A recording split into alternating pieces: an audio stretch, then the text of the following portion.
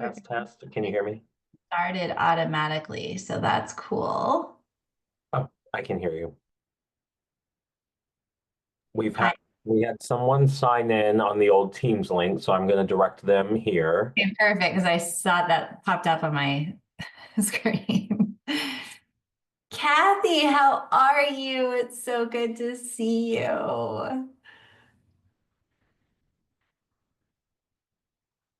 Oh, you're on mute still.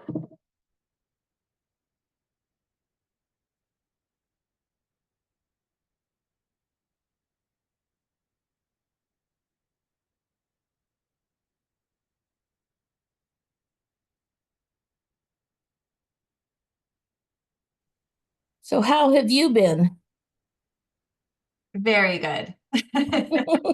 Like, let me stop and think about that for a minute. I've been good. How It's have you been?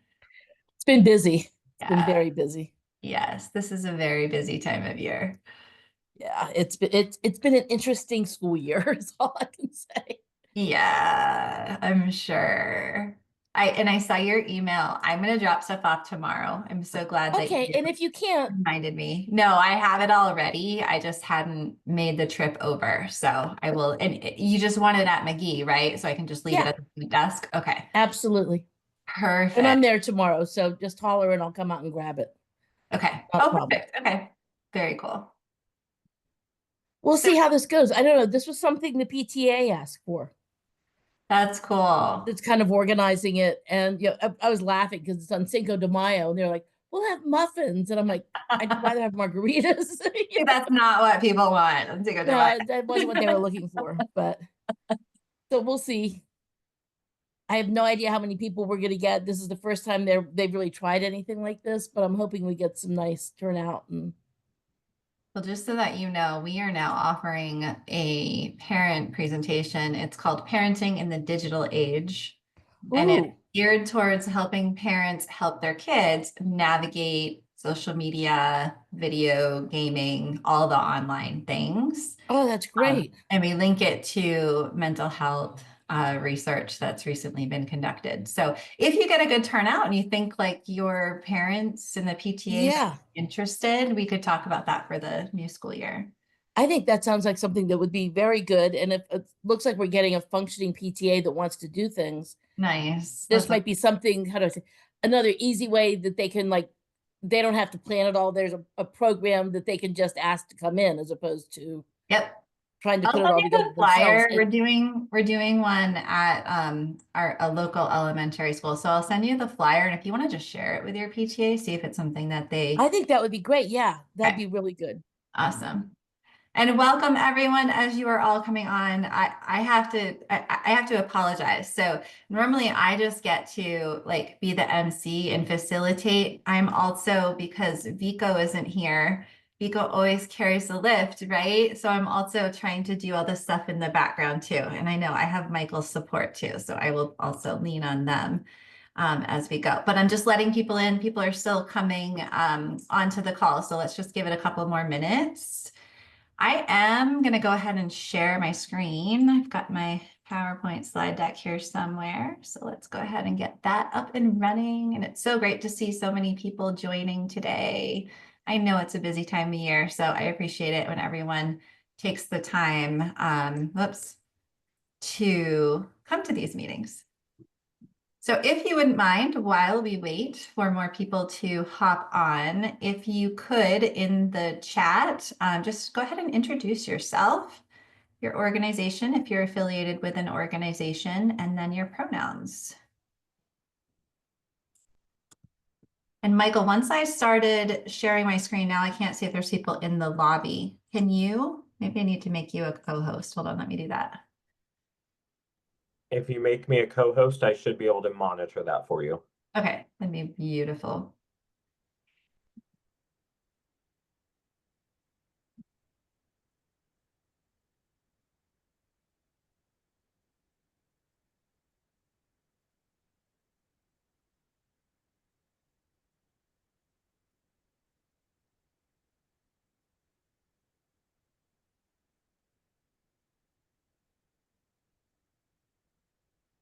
This is awesome. We have such a great group today.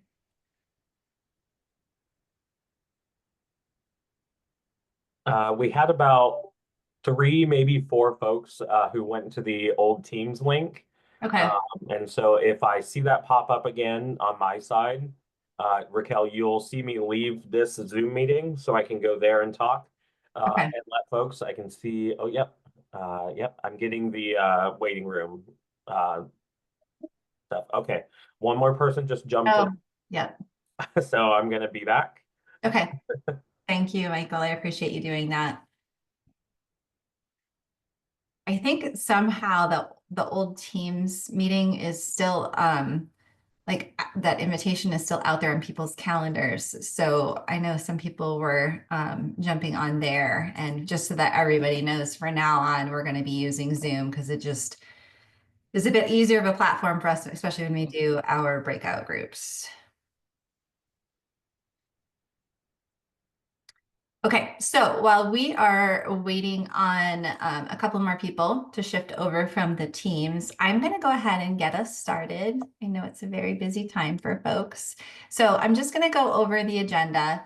And again, apologies for the agenda just coming out today. It's been a little bit hectic, and Vigo is taking some much needed time off, which is so great. I'm so glad that they're able to do that. So what we're going to do today, what we're going to cover is first, we're going to start with our member spotlight. We have 2 guest speakers. So Marina is going to talk about the Crisis Response Center. And then we have George, who's going to talk about Sonora Behavioral Health. We thought that this time of year especially is a good time to have them do the member spotlight, just so that they can share their resources that are available, especially as schools and kids are going out on summer vacation. And then if we have our Y-Hat members here, I don't know if I've seen them come on yet, but we definitely would love to do a Y-Hat update and see what they are up to as they are wrapping up their work. We sent out a copy of the bylaws, and so I presented the bylaws, just a summarized information, back in our March meeting, if you'll remember, and opened it up for comments and review. I didn't get any comments back, so I'm assuming, either people looked at it and thought it looks great, or you didn't have a chance to look at it, which I totally understand. But we are going to move forward and go ahead and vote on those so that we can say that we officially have bylaws for the coalition. And then I'm very excited. We're also going to vote on our logo for PBHC. I realize I have that spelled wrong, but we're going to go ahead and vote on the logo. And then we'll do a membership work group update if Stacy or Kenneth have an update on that, and a youth mental health summit debrief, call to the audience, and then next meeting. So lots of things happening. I feel like lots of things that we're like wrapping up as we're coming out of the year. And I'm just going to check in with Michael. Michael, do you still have the host controls? And where you left, I might need to make you a co-host again. Let me see. I just made you a co-host again. Yeah, I think I can. Yeah. Okay. All right, so let's jump on into it. So first we have our member spotlight. And I saw George Myers. I saw him as I was scrolling through. Is Marina also on? Are you guys together? Yay, that's perfect. Okay. So let me go ahead, and I'm going to open up your slide, Marina. I had your slides first, so if you wouldn't mind starting to share a little bit about the Crisis Response Center.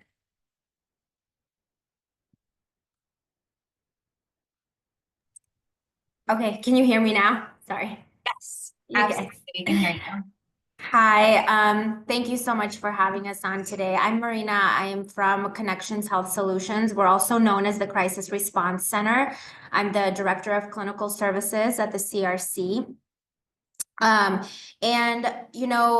A lot of people know us as, like crisis, right? Like the easiest way to explain us is when you have a medical emergency, you go to urgent care. Well, we are a one-stop shop for all of your mental health crisis support. We want people to come to us when they're having any kind of psychiatric crisis. So we're well known like for for people who are experiencing suicidal ideation, homicidal ideation, symptoms of psychosis. We can do detox. And people could come in voluntarily. We're open 24/7, or they could be brought in by the crisis mobile team, via law enforcement. We don't really look at insurance. If people don't have insurance, we have access specialists on site that are free to help enroll people in services. But if people don't qualify, we will never turn anybody away. We will still, offer to help and offer support. We have our urgent care, and so even though we're well known for crisis services, we want people to know that we are the easiest place where you can also get connected to services. We don't have to admit you to help you. If parents, families are struggling to navigate community supports, if they're struggling to navigate mental health resources, we can connect people with that. So they could be in and out within our urgent care within an hour or two. And within that time, they can have an intake scheduled with, a mental health provider, and we could get them connected to resources in the community. We serve children, we serve adults, we're open day and night. And really, it's no wrong door, and we will never deny or discharge anybody who is not safe to be discharged. We will always, do our due diligence and do what we need to do to address the situation and see how we can help. I don't know if anybody has any questions or. Yeah, let's stop there for a second and see if anyone has any questions. I will say I'm so grateful to have you guys in the community. I don't have any personal experience with having a family member or anything at the CRC, but I know some friends who have utilized it as a resource, and it has been an amazing experience for them. So any questions? Any questions, guys?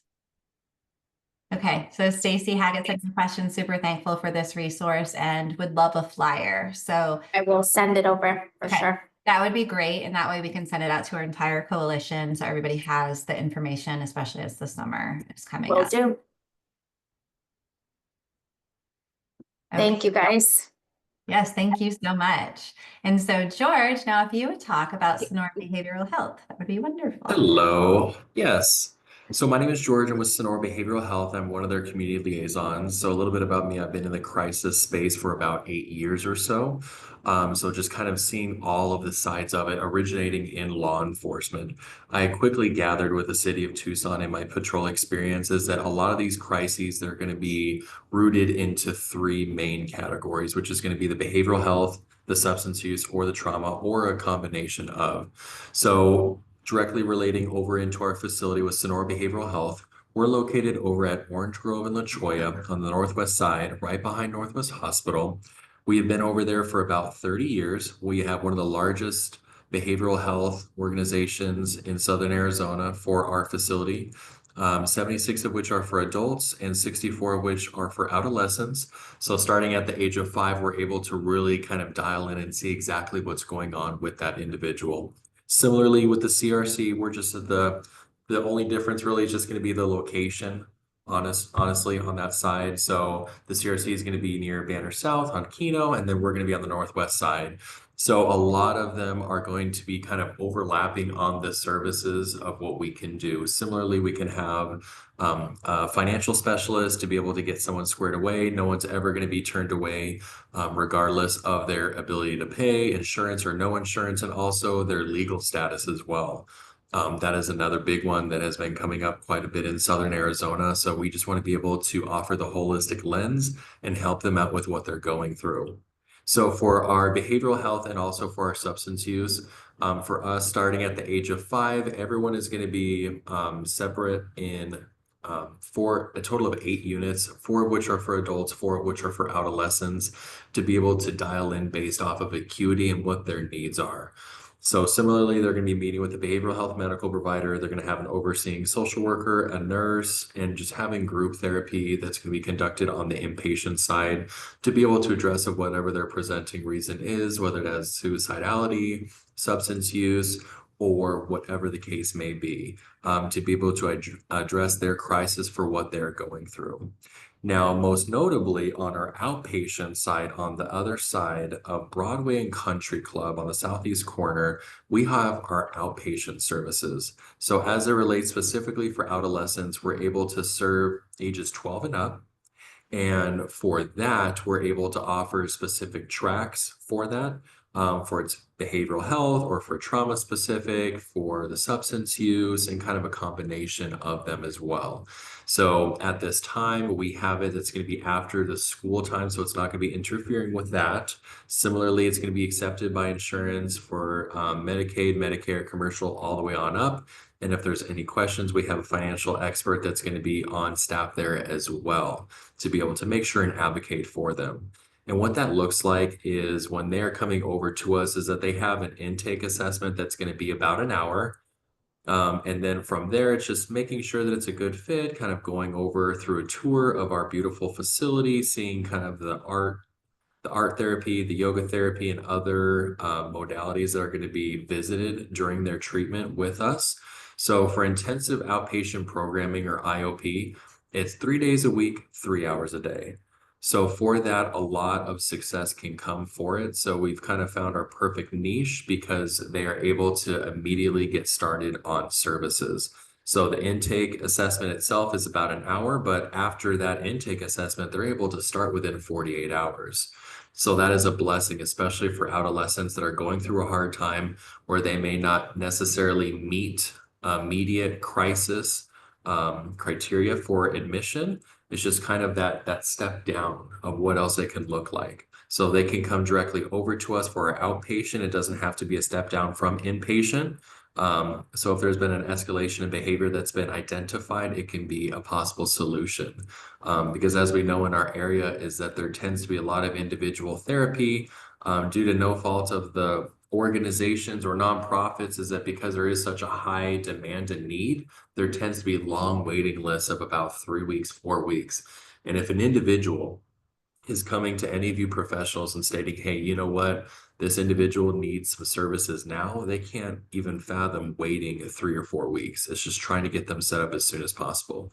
So with our holistic lens, we really want to be able to kind of delve into that alongside of that individual and also with their family. That's incredible because I hear all the time, like, oh, finally like called and got an appointment and it's a month out, right? So really good to hear that you guys can respond sooner. While you were talking, we had a bunch of things come in through the chat. Yeah, I kind of wanted to go like one by one. So yeah, let's do that. So Yeah. So Leslie Anway said, grateful for what you all do. So this was back for the CRC. When I was still in the schools, I used the CRC service for my students frequently. So it's good to know that it's been a useful resource for multiple people. And then Jessica Wolfson had a question. Do they do a UA? And if someone is under the influence / drug psychosis, are they able to keep on site to stabilize and evaluate for stability? Yes, that's exactly what we do. We have a 24-hour observation unit. And typically what happens is if people come in and they need to detox, we do provide medical detox in-house. And then we reevaluate again. There's providers and nurses on site and case managers who are constantly reassessing. So if the crisis is over, if the patient has detoxed and let's say they want rehab services, whether it's inpatient, outpatient, then we work with people in the community like George, and we can coordinate that care, whether it's rehab or a level 1. The patient doesn't have to worry about that. We do all of the coordination of care. We provide the transport. We do all of that. But if the crisis has resolved and the patient's like, no, like I really just want outpatient, I don't want to go anywhere inpatient, then we could also work with people like George in the community. And we could schedule those appointments before the patient leaves. So that's a really good question. So we do have an observation unit, and we have our own kind of short-term inpatient stabilization upstairs. It's for 15 beds. The typical stay is like 3 to 5 days, and it could be something as simple as like a med change or something like that. But it just really depends on the situation. But if we need to stabilize further, then we can coordinate all of that. Okay, awesome. And then Ann Yellett had a question for you, Marina. So it's about people just calling in for help. What is the phone number to use? And I think it was on the previous slide, but it was too small for the screen. Yeah, so the phone number to the CRC directly is 301-2400. I'm gonna write down my cell phone on the chat so you guys have my cell phone to reach out. Now, people don't typically call the CRC for help. What they do is they typically will call the crisis line like 988, or they'll call 622-6000 and speak to NurseWise. And typically it's the crisis mobile team that will bring people our way, or Tucson Police Department. They have their own mental health team within TPD, and they'll bring people our way. And it's a walk-in, right? Like for us, it's a 24/7 walk-in. We have an urgent care. But if you guys ever need anything specifically, or like if you have any questions about anything, feel free to please give me a call. We do the petition process on site as well. So if you ever need to complete emergency, like an emergency application on somebody, you could come in-house and we also help you with that process. You don't have to call law enforcement yourself. We do that for you. You fill out the paperwork, we guide you through it, we notarize it for you, and then we call law enforcement. Excellent. Okay, next one, working our way down here, is from Michael Webb. I think this one came in, George, while you were speaking, so I'm not sure if this one is geared for you. So is there any coordination to support rural and tribal communities far outside of the Tucson metro area? I hear often that this is a major need. Often only police respond in these regions, is my understanding. And I know it's hard to get onto tribal lands. So that's probably a question for both of you, to be honest. Yeah, so with that specifically is that, you know, for me specifically being a liaison, oftentimes I will go out of the city limits into other counties to be able to assist of where the need is great. Including but not limited to Pasco Yaqui, and also for Zacatón, and for some of the other Gila River, for a lot of the other different tribes that are needing the help.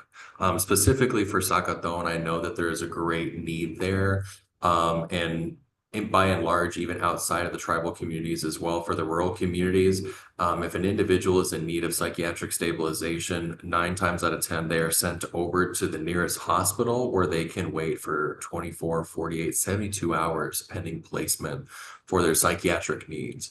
At that point, sometimes they don't even have social workers that are assigned over to those hospitals, and they will rely on the crisis mobile team, whether that be CBI or CHA, to come out to assess, and then they themselves will help send out packets. So as it relates over for kind of the competency on that side, is that we specifically want to reach out, and we frequently reach out to those hospitals of saying, hey, if there's anyone that we can assist, please let us know. We can go ahead and review the packet, and just making sure that everything is going to be set for them to make sure that they are in an appropriate level 1 for the care that they have been needing, that has been identified by a medical professional or another professional. Okay. Yeah. And then specifically going down to the next question for Jessica Wolfson, do they have specific programming for 16 to 24? So with that specifically is that we do have a young adults group that is coming up. We kind of have a different mix for our adolescent groups. And the biggest thing is that we have small group sizes, because we constantly have rollover of graduations and also with enrollments. So like I said, is that specifically for intensive outpatient, especially with it being 3 days a week, 3 hours a day, we understand our continuum in the care is just being a very small step in the right direction of whatever the rest of their journey looks like with that appropriate care. So as it relates over, we have a really great clinical therapist that's been doing it for a long time. That kind of just has the parameters there. So there's no hard, strict guideline to go over for that day. It's not like a death by PowerPoint kind of deal. For those specific individualized check-ins that each of those adolescents are filling out, is that everything is going to be reviewed by that actual therapist and saying, hey, you know what? It seems like there may have been a shift in acuity, or there's a few individuals that are struggling more than others. Let me go ahead and kind of taper the curriculum today and for this evening on this topic instead. So just being very fluid on that side. You wanna keep And And then for what kind of focus or approach are trauma-focused counselors utilizing? So we utilize cognitive behavioral therapy and dialectical behavioral therapy, and we can incorporate some EMDR, and also a lot of art and yoga as well. For more specificity, I would love to be able to offer any tour and a meeting over with these clinical therapists themselves, and also for our outpatient director.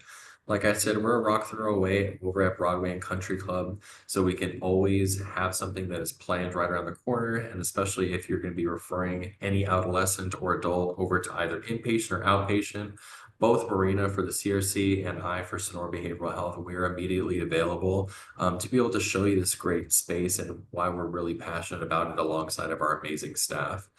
So those are some of the approaches that we utilize for the trauma specific courses. And then I'll let you go forward. I think that, for us, so the next question is what steps are taken to best serve LGBTQ plus people and specifically trans-identified community members? I think we don't discriminate against anyone. We're going to serve anyone, anywhere, anytime. There is no, we serve under the no wrong door philosophy. People tell us, we don't have specific services in-house. We don't have counseling services in-house, but we refer out. So we always look for, counselors that specialize in certain aspects of whatever the patient may be needing. So we work with a lot of people in the community. We're trying to figure out like what services, like the next question is, do clients have any linkages to free therapy resources when they're discharged? Yeah, that's exactly what we do. We try to point the client in the right direction of like very specific and unique services in terms of what they're needing. So if a patient comes in and maybe they don't qualify for access, like we try and they don't qualify for access and they need sliding scales, we have some resources around the community that have come to us and told us use this as a resource. Like we have a couple that we use, they charge $30, I think, a counseling session with a master's level clinician. And so that's a sliding fee that they provide. So we always do our best to match the patient with whatever the need is, right? I want to jump in really, really quick. So that question came from me, both of those questions actually. Just to be more specific, if let's say that someone who seeks services in your clinic and maybe their gender expression their gender identity doesn't match their sex assigned at birth or legal name. What processes during intake take place to ensure that patient is treated with respect and dignity? Yeah, the patient actually tells us what they prefer, like the pronouns that they prefer. They tell us what they go by. Some patients obviously have their driver's licenses changed and whatever else, and some don't, and that's okay. So they tell us their preferences. We actually mark it on the board. They go by their preferred name, preferred pronoun, whatever it is. We have a whiteboard that we work off of at the CRC. So in the chart, we'll put their legal name, but then we will right next to it mark that the patient prefers these pronouns or the patient prefers this name or that whatever they identify as. So we make sure to label that in the chart, whether it's on the driver license or birth certificate or not. It doesn't matter to us. It's whatever their preferred name is, and we mark it on the whiteboard to make sure that the entire team is aware, and that's just for us, like for staff, so we know how to refer to that person. Yeah. And on top of that as well, too, is that, both for the Crisis Response Center and also for Sonora Behavioral Health, when they are filling out, if they are able to, on the actual intake itself, either by themselves or by that intake clinician, is that that's going to be at the top as well, too. Because if they are already identified in crisis, we don't want to add to it by any means by misgendering an individual or misidentifying an individual. Because their name assigned at birth can have, a traumatic history behind it, or many other incidences similar but not limited to, right? So just making sure that an individual is going to be understood and heard of what they're going through and what their crisis is specifically, and also just having competency in staff. So similarly with the Crisis Response Center and also with Sonora Behavioral Health, is that I know quite a few staff members on a first name basis where they have a different identity than what they were assigned at birth. So it's just able to have that understanding and that in-depth even more so. And that's on the inpatient side and also on the outpatient side. And we have many different members in the LGBTQIA plus that are engaging in services and have been as successful in services for both inpatient and for outpatient. Our biggest thing is that we want to be able to help them out with whatever they're going through. And, of whatever their identity is, it is important over to us that we get that right. And then also similarly with the BHTs that are rounding on the individuals, also with the providers, is that everyone is on that same page. Everyone is aware of what their preferred pronoun is and what their preferred name is as well, to not get it wrong, because it's very important for the competency side of us. Thank you. Thank you so much. And then the second question, I work with Pima County Health Department. I run the youth and schools team. We have a youth mental health initiative. So anyone who is coming into your facility who's 24 years or younger would be eligible for up to 5 free therapy sessions. So Beautiful. I think that we should touch base and see if there's Yeah, that would be great. Yes, and this is a program we've built over the last 2 years, and we work with La Frontera. So I think, not everyone is going to need just therapy, and I think we can figure out a proper collaboration there based on the needs of each patient. But this could be a resource for folks who maybe are considered like low self-harm threat at discharge and just need some ongoing support versus like psychiatry, etc. Yeah, that would be great. But okay, yeah, I will put my email in the chat if you don't mind reaching out and we can connect. That would be great. Thank you. Perfect. And then we have a couple more questions. So Christopher Gonzalez, do clients get a SDOH screening to track Z code, social determinants on health services? Yeah, and that's how we determine what resources the patient is needing. So SDOH stands for social determinants of health. And so that's where we find out like whether the patient has stable housing, whether they get enough to eat, and what it is that they're maybe needing in the community. So we also do provide those resources like information for food banks and like Meals on Wheels and things like that. And housing, I mean, we don't have that very many resources in the community, I think, for housing, but we try, we do our best to work with people in the community and connect patients with whatever resource that they need. And then our case management services provided. I love that the cat had input on that. I thought as well. Oh, yeah.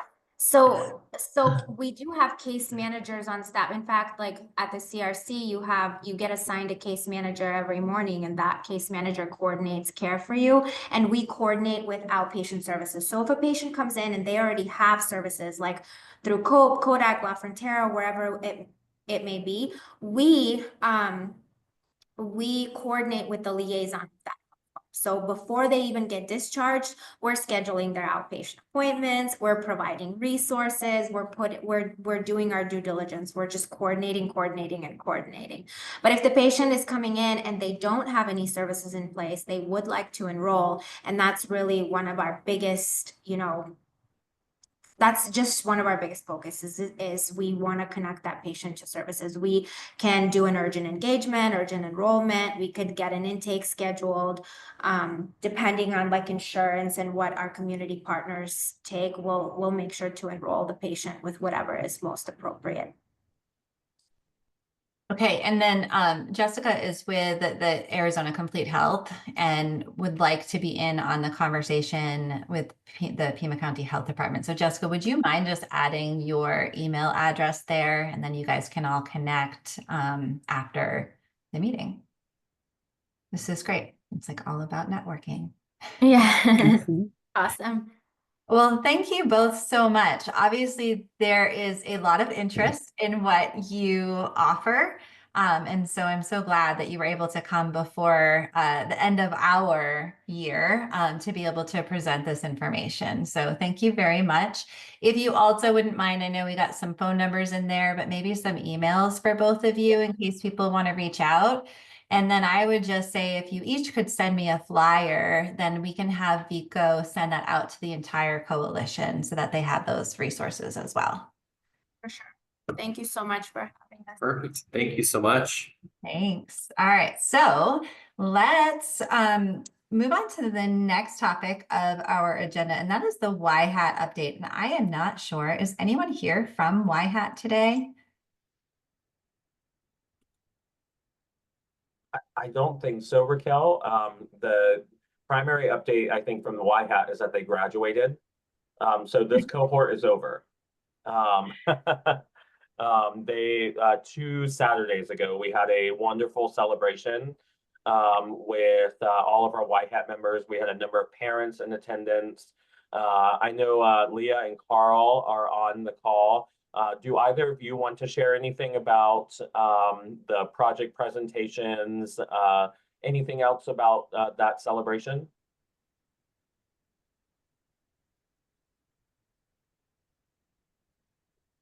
Hi, this is Leah. I can share a little bit. They did a really great summary. Each of the groups that presented did a great summary of kind of what they've worked on, and then also did a part that I think is going to be really useful going forward. Is they kind of talked about what part of their project they think should be a legacy, should continue on with the next generation of YHAT members, and to be added to or to be continued or to be improved, but something that they think is pretty vital and essential. And I thought that was really good. I think the podcast has some great beginning, and I think there's no reason to just throw that out. Like, I think it could only grow. And I know Carl is planning on having YHAT members volunteer at Woods this summer, if in case any more stories come in, any more additions to like youth, talking about mental health issues and how they've dealt with them, either by artwork or writing or music. And so hopefully we'll keep that up over the summer and then start up again in the fall. Thanks. Thank you, Leah, for the update. So great to hear they're wrapped up, sad to hear they're wrapped up. It always feels like it goes by so quickly, right? But we look forward to the next group coming in as well. Okay, so next what we have on the agenda to vote on is the bylaws for our coalition. And so as I mentioned earlier, we sent them out back in March. We did a little bit of an introduction during our March meeting, and then they also got sent out again today. So what I would entertain a motion for the bylaws to be approved as written. Do I have a motion for that?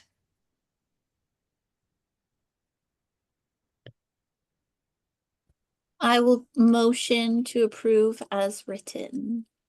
Thank you, Adrian. So Adrian motions. Do I have a second? Yeah, this is Kathy. I second the motion. Thank you, Kathy. Any discussion, any questions about the bylaws before we move to vote? Okay, what I would like to do, I was hoping to be able to use our fancy voting poll, but I am at a loss without Vico. So if we could do the vote in the chat. So if you vote to approve the bylaws as written, just say yay. If you vote not to, then just say nay. And that way we can have a record of everyone's vote. So I'll give you guys a minute to do that. And if you would like to abstain, you can also just put in A. In A.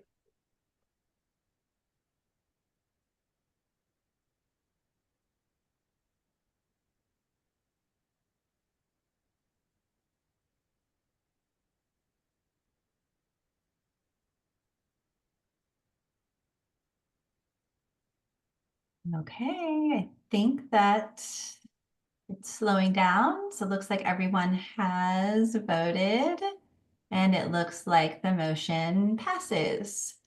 So congratulations, we now have bylaws. And thank you to the steering committee for all of your work. It was some grueling sessions of sitting down and focusing on all the details, but I know that those are going to help us in moving forward. Okay, something a little bit more exciting than bylaws is our logo. And so, Lauren, I see you are on. I know that you are also traveling. Want to give you an opportunity to kind of introduce where things are at, if you can do that. Yes, hi. Yay. I'm actually parked in a Filiberto's, I think, parking lot. So I'm safe. But yeah, this is exciting, you guys. JTED students from, I believe, like their marketing, communications. Oh, there they are, have been working on these logos. And we started with like 10 choices, 10, maybe 13 choices. And then thank you to the steering committee and to comms for coming together and spending a little bit of time. We were able to narrow them down to like a top 5. And then from the top 5, we submitted some feedback, and then they came back using our feedback. And so, as you guys can see, some of the logos on their own, it's just like, for instance, number 1, there's just one choice for number 1. But as far as like number 5 goes, number 5 has a few variations. And so Raquel and I had kind of chatted, I think, about, when you cast your vote, we'll tally the number total so that, if I'm just using 5 as an example, if 5 seems to be the overall winner, then it won't pull votes because people, if they voted for like different variations. So yeah, I just wanted to say thank you to everybody, and a special shout out to Stacy for making that introduction happen with JTED. And I think JTED will be a great partner with us moving forward. So this is what the youth came up with. Our comms team met with Mike over at JTED, who's wonderful, and we just kind of shared with him our document that the steering committee really had put together in terms of just key points about who we are and what we're about, and some of the energy behind it. And he translated that or shared that with the students, and this is their translation. So without further ado, here we go. Yay. So here's how we're going to do it, because we have a couple that are like similar and a little bit different. So I want to start by looking at those ones. Hold on, did I get the 2? Okay, I did. Okay, so let's look at 2A and 2B. All that I want you guys to do right now is tell me which of those 2 you like better. So do you like 2A better or 2B better? And go ahead and just put that in the chat. And what this is just going to do is it's going to take 1 off of the table for when we go to the final vote. And then this requires me to count. So I'm really missing Vico today. Have I mentioned that, you guys? All right, so let me just do a tally here. I don't think you will have to count many. I think we only have 1 for 2B thus far. We only have 1 for 2B. Oh, we have 2 for 2B. 2. I'm going to give it another minute in case anybody's still typing.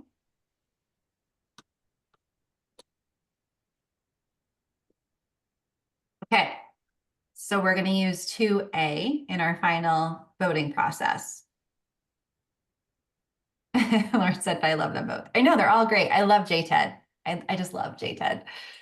I was at a meeting with my daughter at her high school, and the counselor was like pitching the JTED program. And I got like all excited, and my daughter got so upset with me for how excited I was. You just calm it down. Like, this is embarrassing, Mom. Okay.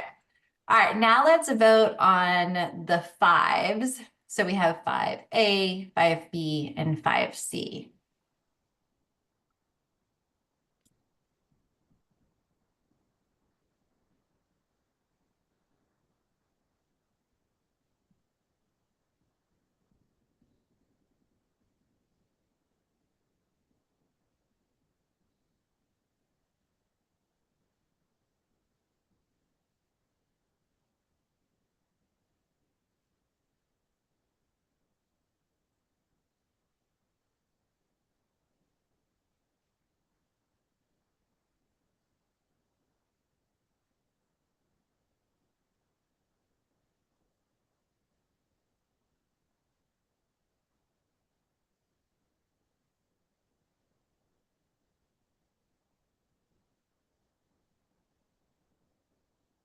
So 11 5As, and I think I just saw 3 or 4 5Bs. Yeah, 4 or 5Bs. Okay, so 5A is our winner. So now what I want to do is go back to here. I can stop sharing my slides and delete the ones that are out, or I can just say to you guys, I want you only to vote. So now you're voting for your absolute favorite. So you're going to either vote for number 1, you're going to vote for 2A, 3, 4, or 5A. Does that make sense? So just ignore the other ones. Is it easier if I take them off? Okay. Yeah. Yes? You want me to take them off? Yeah. Okay, hold on. So let me stop sharing for just a minute. And we can only vote for one then. You can It's not only like vote. a top 2 or 3 or something. Yep, you only get 1 vote. I know, this is hard. Okay, give me just a sec. I'm gonna just reorganize these a little bit. So we have 2A and 5A. Go ahead and share back.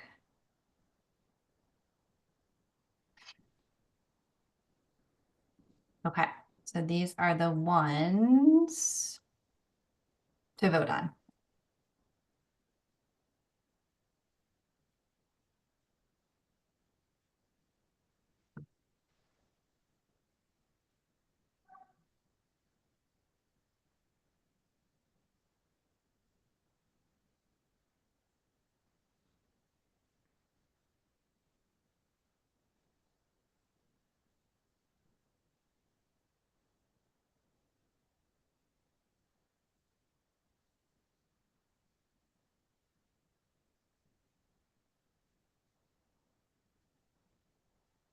I have something to add to the conversation, but I don't know the most tactful way to approach it because I'm also still learning. But my understanding is that in the autistic community, there's some discontentment with the puzzle piece thing. And so I have a little bit of concern about the puzzle pieces, but I think any of these mock-ups could be unpuzzled if we decided to go that route. But I'm just bringing that up, that's part of a discourse that I've been reading around like the puzzle piece association with autism. Oh. Thank you for bringing that up. I Huh. did not know that. So that's an important piece for us to consider. Let me look and see where we've kind of landed as people have. It looks like there's a lot of 4s. 1, 2.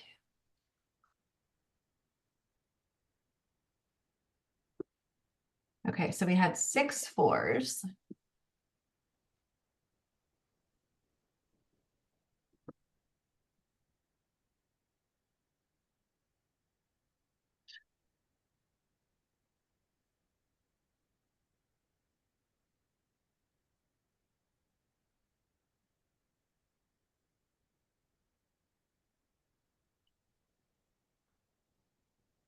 Okay, so based on what everyone has voted so far,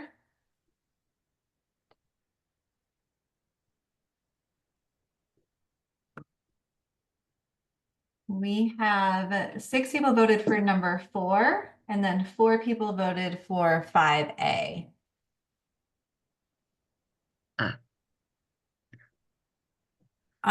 Which is kind of good in a way, so we don't have to address the puzzle piece part. So my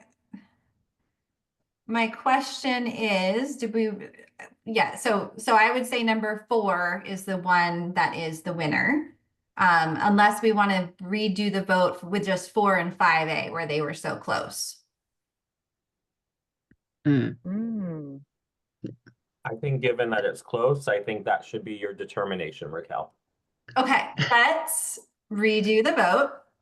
Now we're only voting on, do you like number 4 or do you like 5 better?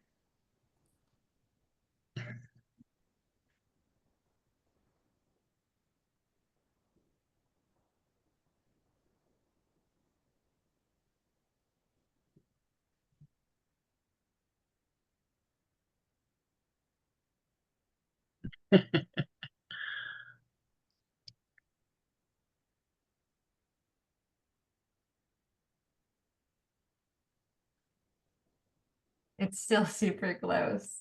But the world is run by those who show up. So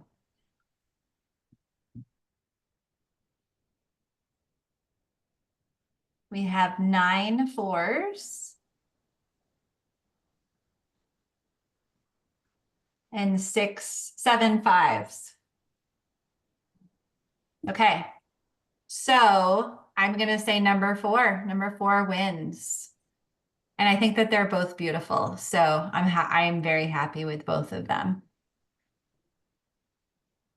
Did you hear, Lauren? Are you still in place? Yeah. Okay. Yeah. The number 4 is the winner.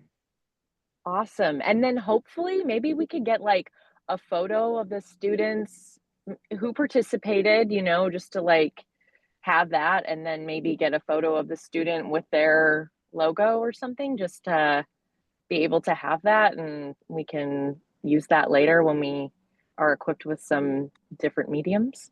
I love that idea. I have a suggestion, and maybe this can be something for like fine tuning the final product of number 4. I like it generally, but I think it's the part that's the most important is Pima Behavioral Health Coalition, but it's the smallest, almost it's so small you wouldn't be able to recognize it if it was like on a letterhead. So I would say my recommendation would be to remove PBHC because you don't need that on there if you're going to say Pima Behavioral Health Coalition. And I would make Pima Behavioral Health Coalition bolded exactly where it's at, in the very least. And Anne, looks like Anne had a very similar comment about the font being small, which I think is a good point. And Raquel, can we maybe send from this group a thank you to all the artists who participated and saying how impressed everybody was? Yes. We can tell them there was a knockdown drag out fight where we had to vote how many times before we came up with who was right. We had to vote like 4 different times. Yes, we absolutely should do that. So Lauren, do you want a write-up from me to send to them? Do you want? Oh yeah, so I think I love that, and I agree as well, Michael, with your feedback. I'm wondering, how would you feel if we made it, if they could bold it, but what if we made the font larger so it wraps around more, so it's larger? I don't know, more visible. Like I'm thinking of like on a tablecloth, you know, like we want to be able to read that from hopefully across the room. Bottom half to where it like kind of loops around, but I like Yeah. the PBHC because a lot of people are going to refer to it as PBHC.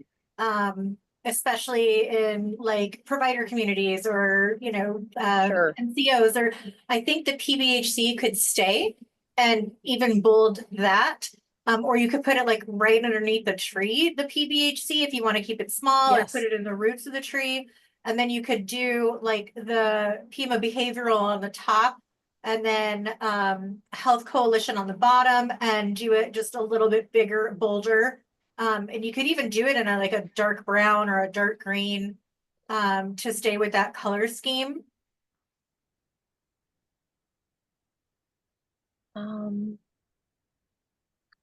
It looks Okay. really good in my head. If you could see what I'm seeing, it looks awesome. Is there a way to, I don't know, write that, I guess, feedback down just because, so that's not lost in translation? Sure. Jessica, would you mind sending it to me? And then I will put kind of like a summary together from there. And Lauren, I'll also send you a Great. thank you note from the coalition to go to That- the. Yeah, no, that's wonderful. And I know, I think Heather in our comms group, she had the idea as well as writing some other, kind of like referral letters or letters of rec or something like that too. So, Raquel, that would be wonderful coming from you. And if they are, interested in any more, we can always supply that too. But, yeah, that would be great. And just the feedback written down, just I'm visual, just so I can make sure that it's all communicated how we want it, and that'll be very helpful. Yeah. So it sounds like we want to leave, we want it to say PBHC. Maybe we move where PBHC is, and we definitely need Pima Behavioral Health Coalition to be larger. Okay, this sounds great. And, maybe if the person that created this one wanted to send us a couple of different options for how the text would look, we can certainly do that too. If, depending on where they want to move PBHC and all of that. So If we could do that, I think that would be nice for the artists to put all the work into it. We love your artwork, but we're changing it. So it'd be nice if we could let that person take our considerations and do the final tweak themselves. Mhm. Might be a nice thank you, as opposed to we're now going to take it and change it. Yeah. And then Justin, I saw your question, were these all youth designed? Yes, they were. They were all JTED students. What is it, a graphic design class, Lauren? I'm not sure if it is graphic design or marketing or what the overall brand is of the class. Okay. But in that domain. Yeah, along in that But area. it's impressive work. Yes. I love it. And I love that it's the youth that created it for us. So again, having the youth voice as a central part to all of this work is so important. Okay. I'm feeling really good about today's meeting. I know we still have a few more things, but this is awesome in terms of progress and development. So wanted to give an opportunity for the membership work group to give an update, and it may be that you guys don't have one, and that's totally fine. I did get a note from, let's see, where is it? Oops, sorry, Adrian's coming back into the room. I got a note from Stacy asking if Christy could give an update, and then I saw Christy did come on. So Christy, I'm totally putting you on the spot, but if you don't have an update from the membership perspective, totally fine. Just wanted to give you the opportunity. Okay. We have created a form for membership. We're still just fine tweaking that, but there is a form created that people can basically apply or sign up for membership. And based on their selection, it goes to certain sections of the form to answer the questions that we need them to answer. Wonderful. I had a quick question on the logo though. Did you print that at all?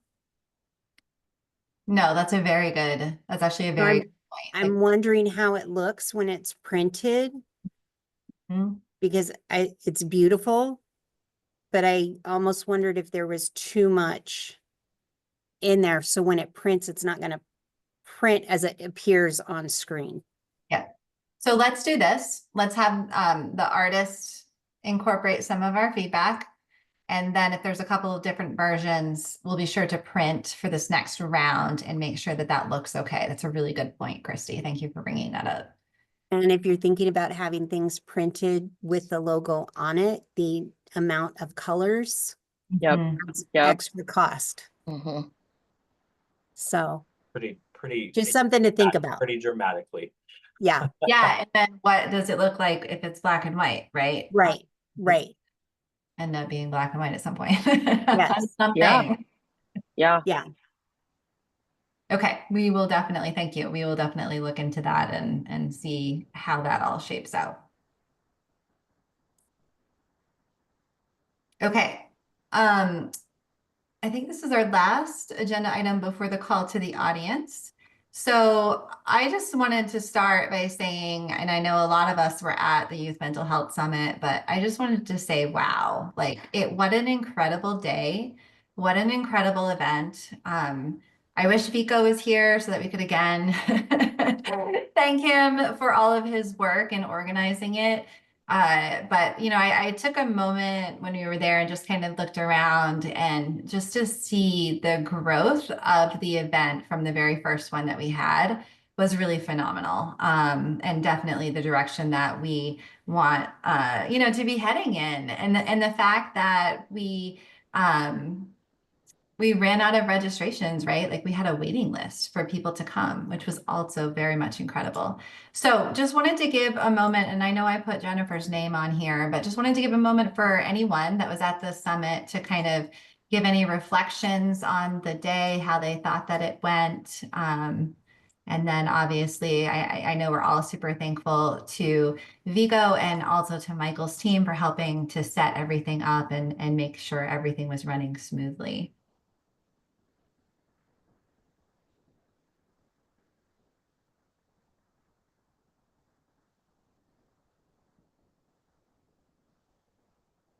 And I know we still have a lot of data. I think one of the amazing things was the ability to capture the data in the moment from the workshops.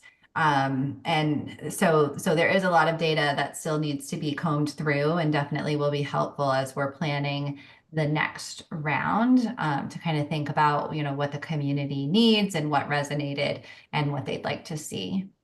And then Lauren said in the chat, it was an amazing event. Thank you for Vico and Michael's leadership and labor. So Justin, the health department was the one that set up the surveys, and we collected data after each workshop presenter, so every session that they went to, along with at the very end of the day, we had a survey for how the whole day went. So that was the type of data that we had collected. If you give me just a minute, I am going to pull up some of that data. Awesome. Do you want me to, are you going to share your screen or are you going to just? Give me a second to make sure I can find it. Okay. And then I have the ability to share, and I'll take over here in a second if I can get that far.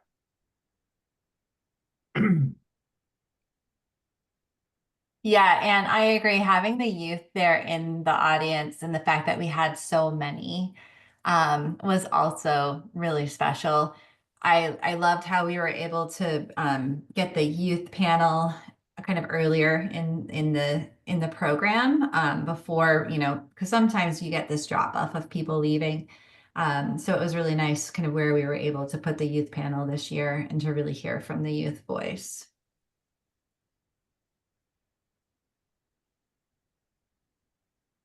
Ooh, look at that. Oh. Can you see my screen? No. Oh, you can't? I can. 68 responses. Average.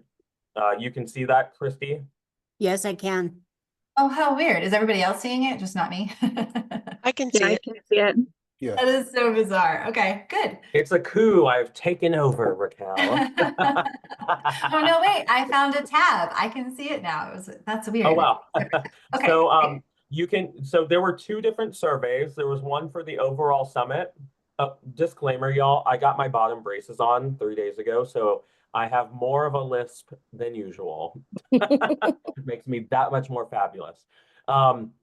The overall summit feedback form, so the end of the day for the whole event, is what we're looking at right now. We had roughly 160 plus, just over 160 attendees. So this response rate is lower than we had liked. But if you'll recall, at the very end, we had folks do the survey for the keynote. And then we quickly had them do the survey for the whole summit. So there might have been a little bit of survey fatigue because we have high responses, over 300 responses for workshops throughout the day. And so what we're going to work on is getting some information out to presenters for those individual workshops. But with these 68 responses, you can see the general makeup. So about 13 youth, we had 25 K through 12 staff, 15 behavioral health staff, and then folks who sorted themselves into the other category. Pretty cool to see youth in there for the first time ever. What percentage of time did folks say they worked directly with youth? So this should be 13 if it matched here, but you can see the general breakdown is the highest group was folks who work with youth 75 to 100% of the time. And then a bunch of different organizations. If I were to open this up, you'd see all sorts of school districts, different school sites represented, organizations, and so on. When we look at this here, so what you'll notice is we're rating how much they agree or disagree with the following statement. So the statement, the summit was well organized. The summit materials were helpful. I would recommend the summit to my peers. Overall, I am satisfied with the summit. Everything to the right of this line is in the affirmative, right? So that is all, this light blue here is agree, right? And then this darker blue is strongly agree. Looks like we didn't have any in the negative. So disagree or strongly disagree. Again, we wish we had a stronger, larger sample size, but for 68 responses, that's pretty good. Did your knowledge, this is a big one, right? Did your knowledge on youth mental health topics increase after attending the summit? 100% yes. Some responses. So of what you learned today, what will you put into action in your own jobs or lives? So the importance of connecting with youth and encouraging them to explore. And then it goes further. Resources made available at sessions I attended, including youth more in supporting each other, right? I could go through there, but I'll save the time on there. And then it says, how did you find out about the Youth Mental Health Summit? This helps with our recruitment, right, for our activities group. And then any other additional feedback, amazing job. The youth panel was well organized, great summit. Last year, I liked that I got to see and hear all the topics. Let's see. This year, I had to pick and choose which topic to hear. I love this because it helps, and then it goes on. So there's a lot there. Let me go back to, I'm just going to give you a little snapshot. I think. Oh, yeah, this is the workshop form. So 330 responses. I'm not going to go through all of these, but if I go here, yeah, we had lots and lots of responses here. So we've sorted this into each workshop. So what you're seeing is every single workshop all together. And so that's not going to be an accurate depiction, but this question here, please rate the following prompts. Again, lots and lots of light blue and dark blue in terms of efficacy rating the following prompts. The workshop is well organized, materials were helpful, presenter provided a safe and helpful learning environment. They would recommend this workshop. Workshop addressed questions they had about today's topics and overall satisfied, right? When you see that there's very little breakdown, right? You're seeing like as little as 2.4% for a strongly disagree. That usually means like one person, maybe two people, right? In terms of did your knowledge on youth mental health topics increase after attending this workshop? So if this is in the vein of every workshop, including the youth panel and the keynote, right? 96% of all workshops, panel, and keynote that day, they said yes. That's a major success. Out of, so 316 indicated their knowledge increased, and I think that should be celebrated. Yeah, that's incredible. And you better believe we'll be putting, if we apply for grants in the future, we have Yeah. some strong data now. Data, some great data. I agree with one of the comments that you said too, that the ability for them to pick which workshop, right? So that depending on who they are, what their job is, their perspective, they could go to ones that were going to be more helpful. And I love that we were able to offer that this year. And Leslie, I see you're on the call. You're like the conference queen. How's that for some evaluation data? Looks fabulous. I know, I love it.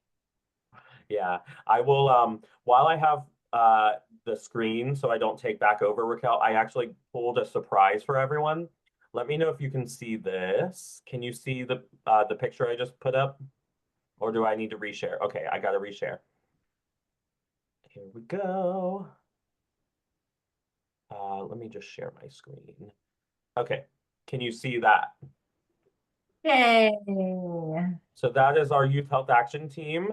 And that is them on the graduation day. A couple of other photos. So they gave presentation with goals and objectives with slides.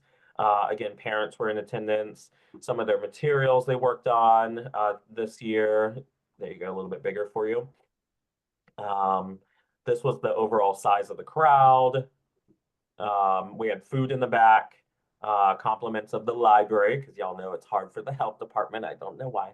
And then, yeah, just that's a snapshot of some of our photos. So it was a very successful culmination of our Youth Health Action Team. That's awesome. Now I will end my hostile takeover of the coalition and give you back the power, Raquel. Awesome. That's great. Thanks for sharing some of that data. It was really good to see. Okay, so we're in the wrap up here. Hang in there with me, you guys.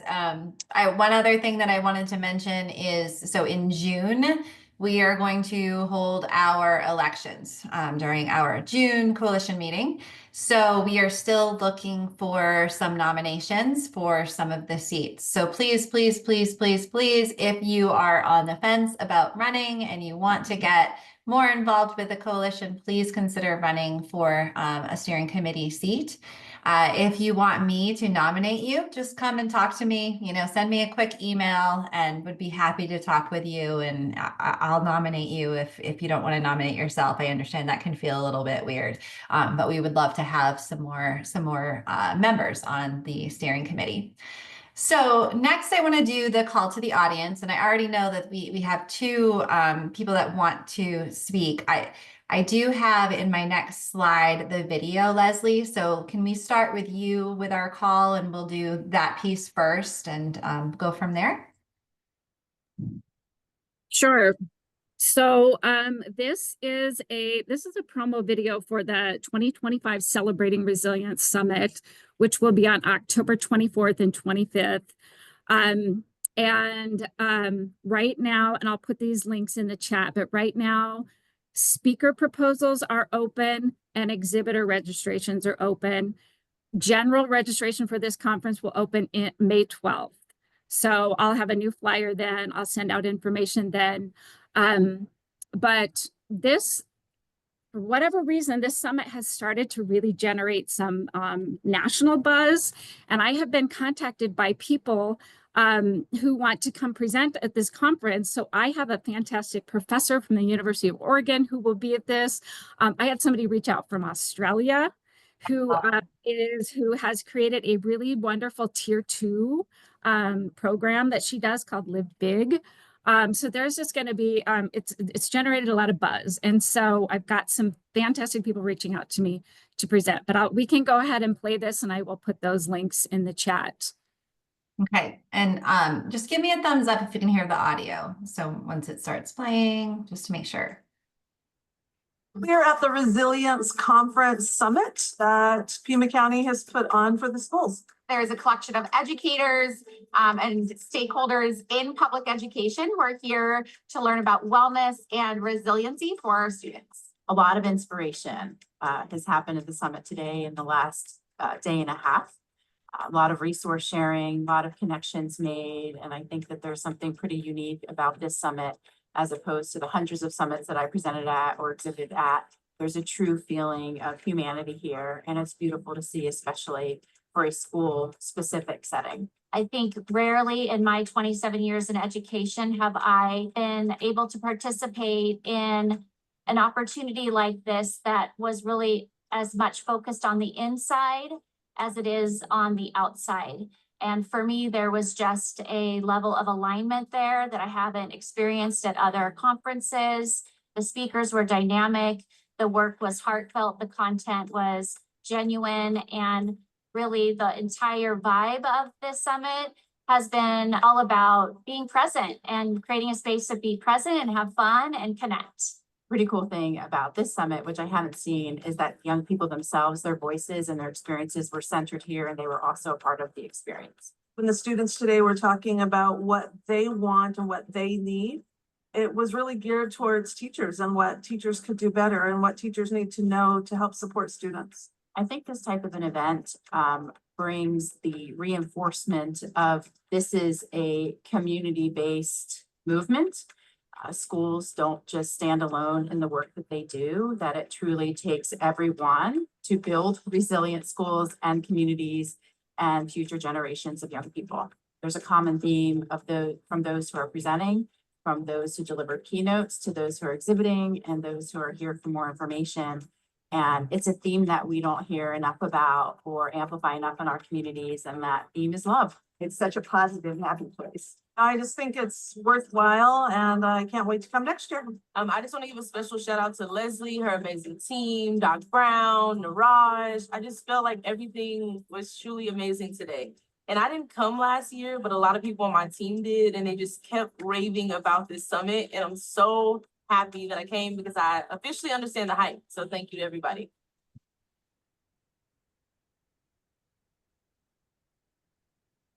So that's it. Mark your calendars, October 24th and 25th. Got a great What a great promo video. So being about the summit, and now I'm playing it again. I'm so happy that Sorry. I came because There we go. I'm gonna just switch to the next slide. Sorry about that. That was a great promo video. It's awesome, Leslie. Yes, I didn't personally put it together, but I give kudos to those who did. They did a great job on it. Yes. Great. And so Michael, I know you also wanted to give some information during the call to the audience. Oh, Yeah. Anne, you have your hand up. Did you want to ask a question of Leslie? No, I want to make an announcement, although I'm really looking forward to finally coming to this conference, this summit this year and participating for sure, hearing such great things about it. Absolutely. Yeah. And Michael, will let's have you go, and then Anne will have you go. Okay. Mhm. Hi, everyone. So separate from the coalition, well, actually, technically, maybe a coalition activity. Because when I released the proposal, the request for proposals, I listed the coalition as a potential partner, but we've never formally voted on it, but we could at some point if we wanted. Pima County Health Department has contracted the Arizona State University Southwest Interdisciplinary Research Center to do a youth substance use prevention needs assessment. And this is one-time funding that, frankly, we likely won't see in this size to do a project like this for another 10 to 15 years or more. So I am trying to put a request out today because a part of this project is focus groups. And if you are someone, so like Anne, you are someone that is of interest to me.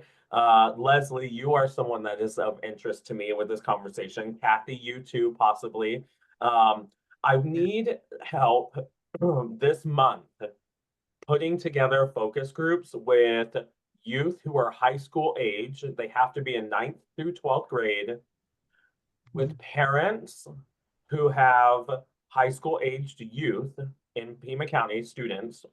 And then I'm also looking for support if you have a way to put together a staff focus group. So if you have colleagues, this is where Leslie and Kathy, you get to be a little sneaky for me, who would be willing to do this on their outside of school time in a way that we are not needing to go through like school board approval. All of this is confidential, right? So it would never be identifiable, but all of these focus groups will happen on Zoom.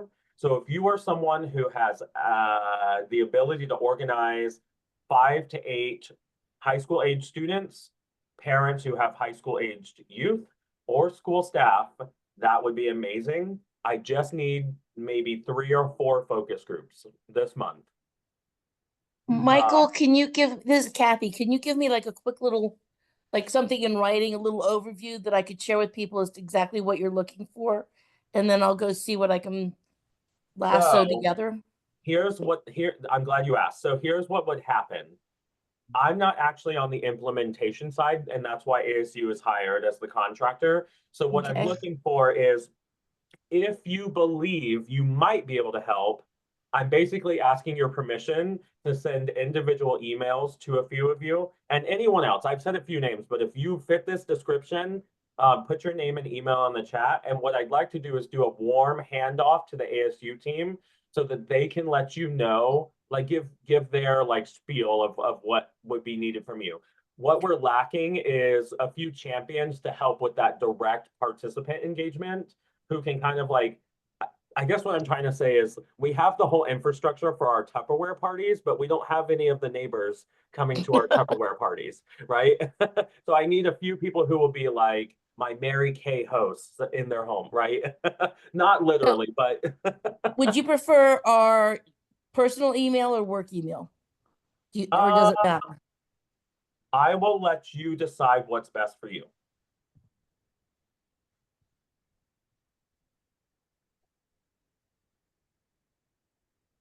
And then similarly, so this builds off of that. If you are, so outside of those groups, if you work for a community-based organization that is youth serving, a good example of this would be, let's say, the Southern Arizona AIDS Foundation, right? With their youth center on 4th and other youth programs. We are looking for youth serving staff at community-based organizations to also participate in focus groups. So if you are someone who meets that description, separate from what I described earlier, go ahead and put that in the chat and just say youth serving agency with your email. Okay, so anyone that feels like they can help with this request, obviously it would be very helpful, and it's very important, right, for us to be able to get this information under the contract that the health department has. So please just go ahead and put your information in the chat, and then Michael will pass that along. So next call to audience item, and take it away. Thanks. So let's see, 2 things. One, Tucson Youth in Peace is getting ready to reach out to all of our partnering and sponsoring organizations that we work with to put on the annual Youth in Peace conference every year. So we're getting ready to start up later in May the adult logistics team for this year's Youth in Peace Conference, the 14th annual Youth in Peace Conference. And we are also in the midst of reaching out in a more limited way than we did last year to add some more youth to our youth leadership team for this year's conference. We have 3 youth that stayed on from last year's, and we also are with some of the feedback from our sustainability summit, we've kind of narrowed down the youth leadership team size to a bit smaller, about 6 youth this year. And we're advertising in a little more limited way because we really only need 2 or 3 more youth to complete the team for this year's planning process. So just kind of letting you all know that that's in process. In case any of you, well, for one thing, we'll be reaching out to many of you that are on our list for partners and sponsors with a message that we've been creating to identify who's able to actually be active participants this year and serve on the adult logistics team and help with the planning for the conference, et cetera. We have a pretty exciting announcement to make, and this also is actually in keeping with some of the recommendations that came out of the Sustainability Summit. We've been approached by the Metropolitan Education Commission and Rocky Perez, the ED from there, with a proposal that we merge the 2 youth leadership programs, their teen town hall and our annual Youth and Peace Conference.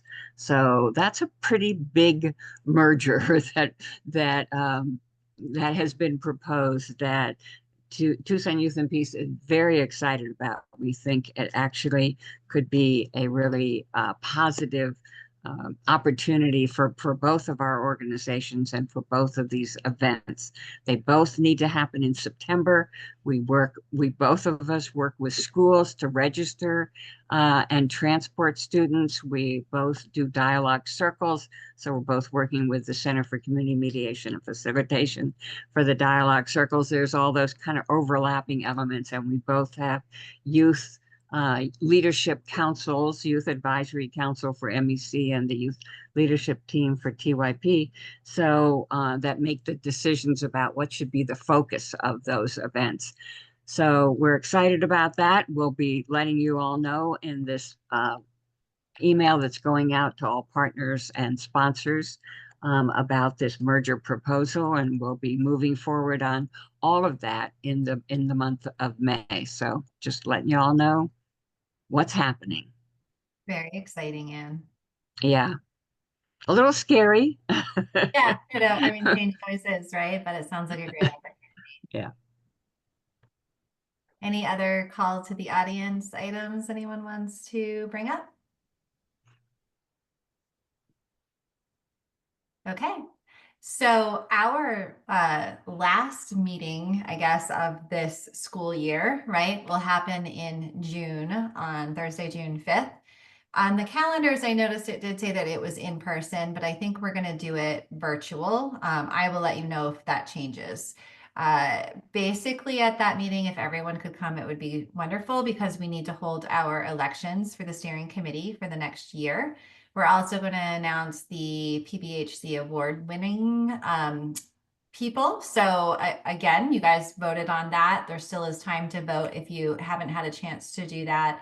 And then it sounds like we might also have some logo revisions to be able to look at. So I know June is a hard time, but I do hope everyone can come. We'll try to keep it, relatively short, but it will be an important meeting in terms of moving the coalition forward for the next school year.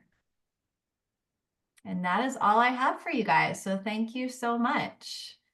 You guys have a wonderful evening. Cal, I just sent you that logo revision if you want to take a look at that. I am not an artist and I only have paint on my computer. Okay. I will take a look at it. Thank you. Please just take a look. I'm so sorry. Please tell them not to hate me. I wasn't trying to Thank you for doing that. I appreciate it. Sometimes it's weird. Raquel, can I do a really quick shout out for the May Day March? If anybody, knows, all across the country, there are big May Day marches going on today. And we have one here in Tucson that's happening 5:30 tonight. So 5:30 to 7. So we can jump off this meeting and get in our cars and head down to the Southside Presbyterian Church, where it's happening from 5:30 to 7. So just letting everybody know about that bit of activist energy that's happening across our country. Awesome. Thanks, Anne. Thanks, everyone. Enjoy your evening. Take care.